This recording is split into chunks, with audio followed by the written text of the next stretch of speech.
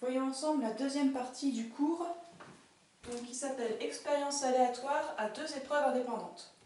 Ici, je vais développer principalement l'exemple qui vous aidait dans le cours, ça permet de mieux comprendre, je pense.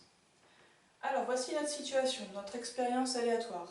On dispose de deux urnes. La première comporte 3 boules vertes, 2 boules rouges. La seconde comporte 3 boules rouges et 1 boule verte. Bon. En quoi consiste notre expérience? Première étape, qu'on va appeler notre première épreuve, on pioche une boule dans l'urne 1. Okay. Deuxième épreuve, on pioche une boule dans l'urne 2. Au moment où on pioche, on est d'accord, il n'y a pas de triche, on pioche à l'aveugle. C'est pourquoi je vais pouvoir dire que mes deux épreuves ici, mes deux tirages, sont indépendants. Le résultat du premier tirage ne va pas influencer le résultat du second. Ok? Donc on parlera d'épreuves indépendantes, c'est dans le titre, donc forcément c'est une notion importante de cette partie. Autre chose, quand je m'intéresse à chacune de ces épreuves, ici dans mon urne 1, je tire une boule, je vais obtenir soit une boule verte, soit une boule rouge. Deux résultats possibles, deux issues possibles. Dans l'urne 2, c'est pareil, je tire une boule, elle sera soit rouge, soit verte. On parle d'épreuves à deux issues.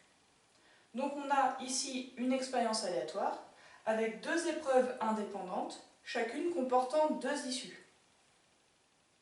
On a fait le tour du vocabulaire compliqué, je vous rassure.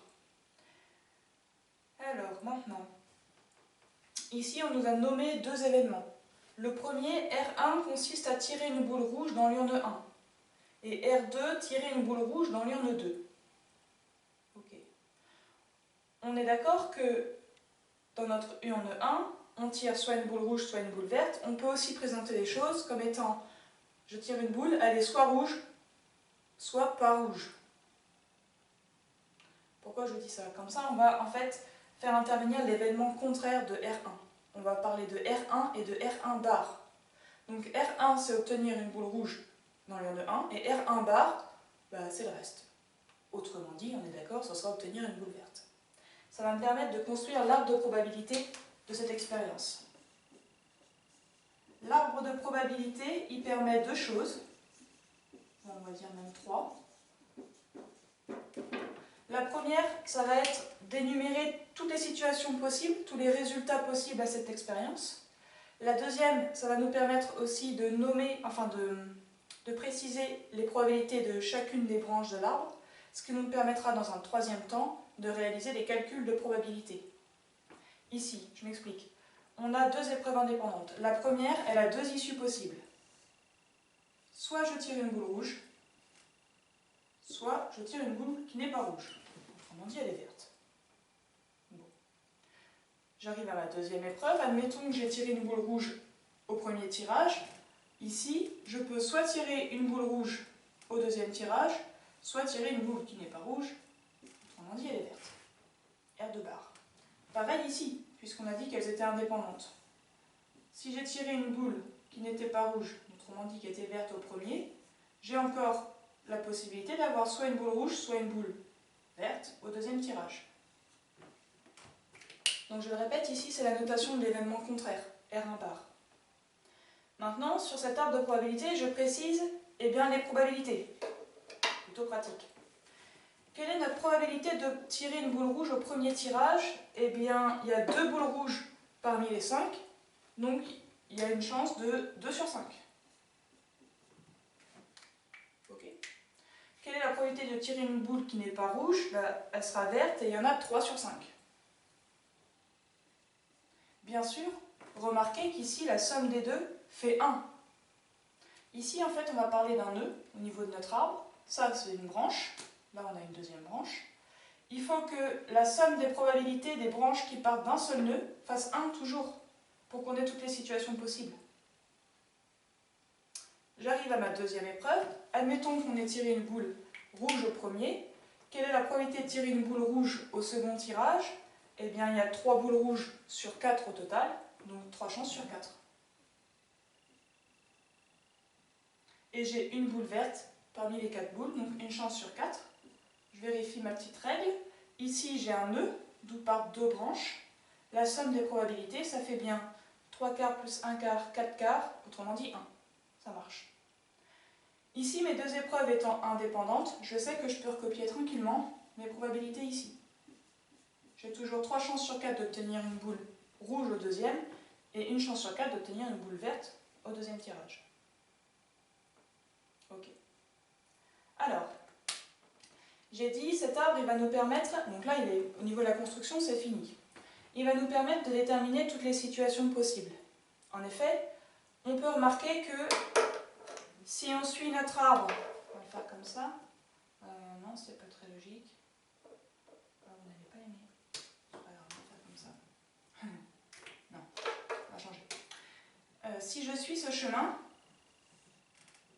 okay, donc je pars du premier nœud et je vais jusqu'au bout de mon arbre, et bien ici, j'aurai R1 inter R2.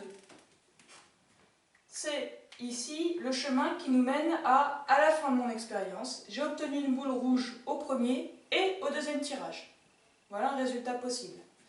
Si je suis le chemin du dessous, ça me donnera R1 inter R2 bar. C'est-à-dire qu'à la fin de cette expérience, il est possible que j'obtienne une boule rouge au premier et une boule verte au second. Et ainsi de suite. Ça veut dire que ici, chaque extrémité de mon arbre me donne un résultat possible. Ici, R1 bar inter R2 et ici, R1 bar inter R2 bar. Voilà toutes les issues possibles à notre expérience. Maintenant, pour ce qui est du calcul des probabilités, eh bien, on peut aller se demander que vaut la probabilité d'obtenir ce résultat global-là. Puis celui-ci, puis celui-ci, puis celui-ci.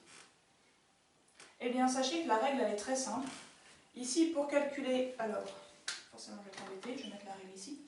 Pour calculer la probabilité d'avoir R1 inter R2, dans ces conditions, je n'ai juste qu'à faire le produit de cette branche par cette branche. J'ai juste à faire la probabilité d'avoir R1 fois la probabilité d'avoir R2. Autrement dit, j'ai juste à faire 2/5 fois 3/4 et je trouve la probabilité d'avoir exactement ce résultat.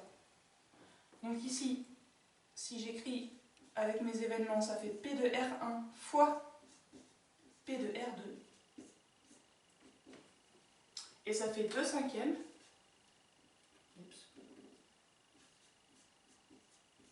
fois 3/4. Vous avez quoi ça? 2 fois 3, ça fait 6. 5 fois 4, ça fait 20. Je divise par 2, en haut et en bas. Ça me fait 3 sur 10. Donc j'ai 3 chances sur 10 quand je réalise cette expérience d'obtenir ce résultat-là. Une rouge au premier et une rouge au second. Et je peux faire ce calcul pour toutes les autres possibilités. Ça me donnera toutes les probabilités liées à cette expérience. Je vous donne un exemple avec le dernier. P de R1 bar inter R2 bar. Donc ça marche avec toutes les possibilités. C'est le produit, ici pour mener ce chemin, de cette branche par cette branche. Ok, celle-ci et celle-là. Donc j'ai juste à faire P de R1 bar fois P de R2 bar.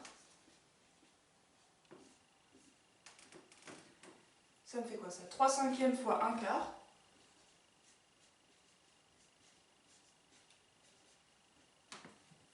Trois fois 1, 3.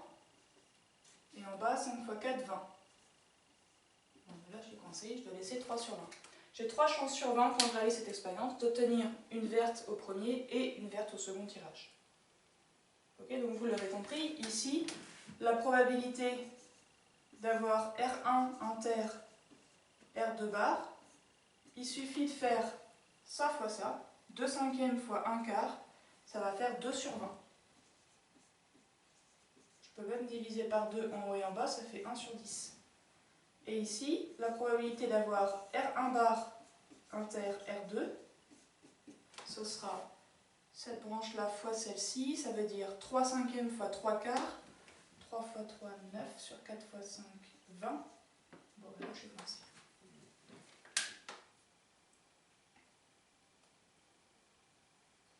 Ok? Bah écoutez, j'attends vos questions et vos remarques. Merci.